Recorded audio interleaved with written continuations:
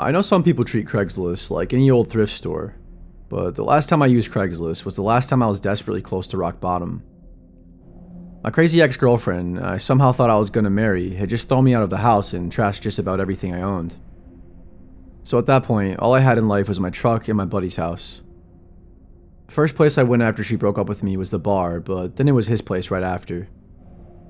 Unfortunately, he had a roommate already, and they were both kinda bare-bones type of guys, so I ended up passing out on their living room floor since they didn't have a couch I could lay on. In the morning, my buddy woke me up and said I could stay as long as I needed to, but I wasn't allowed to keep sleeping on the ground. The only thing he wanted in exchange was for me to use my truck to help him move a couch into the house. I said deal, and a few hours later, we were heading out to some random guy's house to pick up a couch. I've never cared for the concept of Craigslist, as I was always too paranoid to use it, but at that point in time, I couldn't have cared if I tried. When we got to the house, I was disappointed to see that it kinda looked like a junkie's house, but my friend reassured me that the listing said the couch was basically brand new. I didn't believe him until I saw the couch though, and he was right as far as I could tell. It still smelled like factory chemicals, but the guy though, he was exactly the sort of seller on Craigslist that always made me never want to use the website in the first place. Definitely some kind of junkie by the level of crust. Real twitchy and greasy, with nasty ass teeth and a strong odor to him. But none of that's even the worst part. He said a lot of really weird things, most of which I don't remember, but there was one thing he said to us that seemed like a joke, but even in the moment, it gave me the creeps. You know, he said, "You two guys aren't the customers I wanted, but money's money." He didn't say it outright, but he made it obvious. He would have preferred it if my buddy and I had been two girls he could have tried to mess with instead of two men. Clearly though, he was an opportunist and he needed the $40 for a hit of something and he didn't really care. My buddy and I brushed him off and we hauled the couch into the back of my truck, then got the hell out of there, cracking jokes about the guy all the way home until we got the couch in the house. After another night of drinking myself blind at the bar, we staggered back home and I passed out on my new bed. When I drink like that, I don't wake up for at least 8 hours. However, that night was different. I couldn't tell why at first, but somewhere around 4 in the morning, my eyes peeled open and I couldn't get them to shut again. I had a pounding headache from all the whiskey, so I got up to drink some water. I staggered into the kitchen, poured myself a glass, and I was drinking it down. And I heard something. Maybe it was the house creaking, I thought, but I wasn't sure what my buddy's house sounded like yet. The wind sounded like it was picking up outside too. Lots of leaves were rustling. Actually, no, I thought again. That's got to be a raccoon or a possum or something making all that noise. I couldn't help myself from investigating though, it's in my blood. My buddy keeps his trash can in a little area right behind his front fence gate, which ran along the outside facing wall of the living room. There were a couple of windows, so I thought I'd peek outside to try to see what kind of critter it was. But when I looked, it was that goddamn junkie creep that sold us the couch. He was crouched down right outside the window like he was trying to look for a way into the house. He even had the audacity to smile. "Enjoying the couch?" he said through the glass. I banged my fist against the window and let him have it. "Get out of here, you son of a bitch. You're messing with the wrong house," I said. The man scattered as soon as I raised the alarm, and my housemates poked their heads out of their rooms to ask what was up. But when I told them, they just shrugged and went back to sleep. I stayed up all night waiting for him to come back, cursing myself for not realizing that the guy was following us home. We were lucky he didn't try his luck while we were at the bar. When my roommate woke up, I made him help me take the stupid couch back to the curb, and I told him I'd just buy one from the store. But wouldn't you know it, about 30 minutes later, I glanced outside, and who else do I see but the waste of flesh, some waste of space friend of his, and a beat-up old truck, taking their couch right back. That pissed me off. I realized we fell straight into their plan. Their plan was to rob us the whole time, and since it hadn't worked out, they took their bait back. I just hope whoever buys it next doesn't turn out to be the girls that weirdo wanted.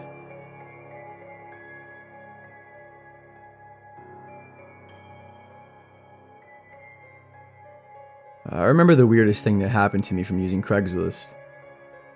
I had just moved out and I was living in a house off campus with 3 other roommates from the small college I was going to.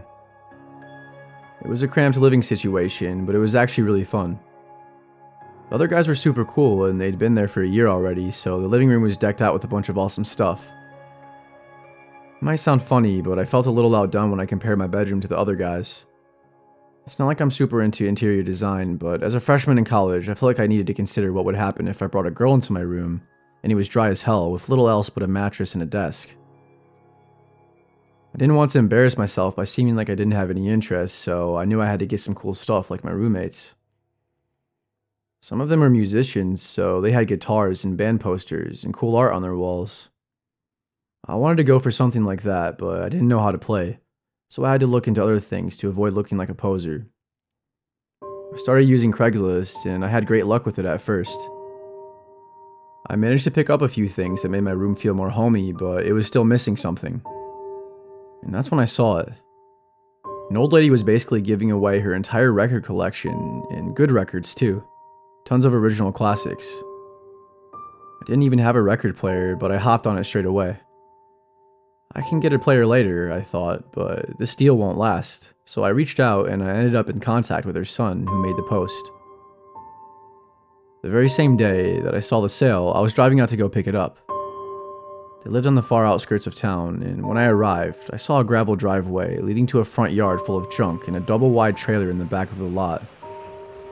I was a little put off, but I wasn't about to let that deter me. Parked out front and knocked on the door, where a few seconds later I was greeted by the son. He was wearing the outfit of a textbook hillbilly, and from the structure of his face and the sound of his voice, I could tell that his family had probably been doing a little inbreeding in the area for many generations.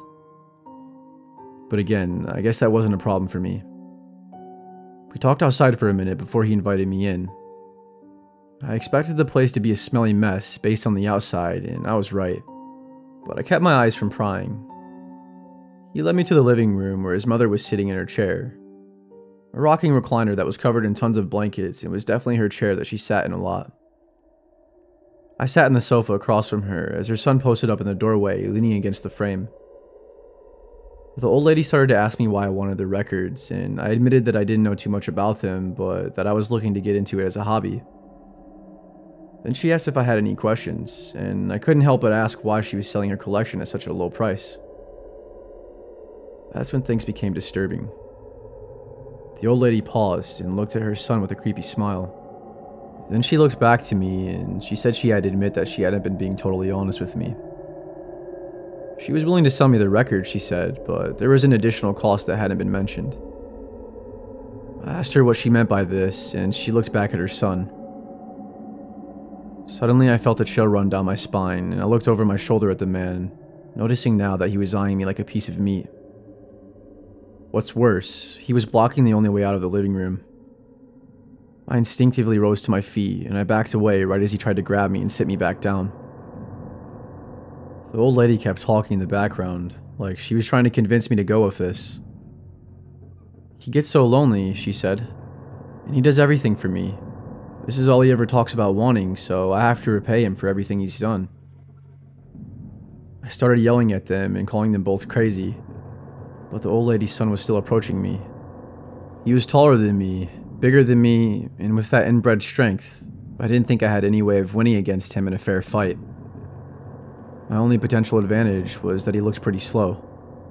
But you know what? I'm not naive enough to go into that fight with a fairness in mind.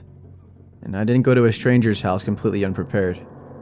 And it's probably the weakest defense ever, but every time I went to pick something up off of Craigslist, I heard my older brother's voice telling me to just take a pocket knife if nothing else, so I always did.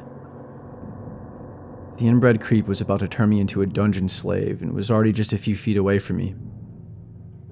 I didn't bother pulling out the knife and telling him to back off. I knew if I did that, he would just rip it out of my hands. I had to take him by surprise. So I flicked out the blade and immediately I plunged it into his side. I hit him in the side of his ribs, which made my hand slip, and I sliced my finger open on the blade. But I managed to get the blade about 2 inches deep right into his lung. At the end of my attack, I pushed him away as well. He was stunned, and honestly, so was I. I remember the look in his face, like he was about to cry or go berserk.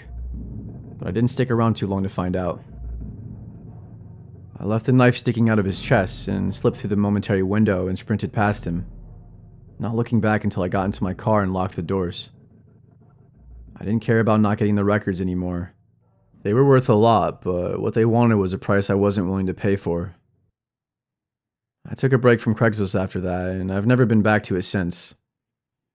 The silver lining to this story is that I've had good luck with showing off my scar on my finger and telling the whole story of how I got it.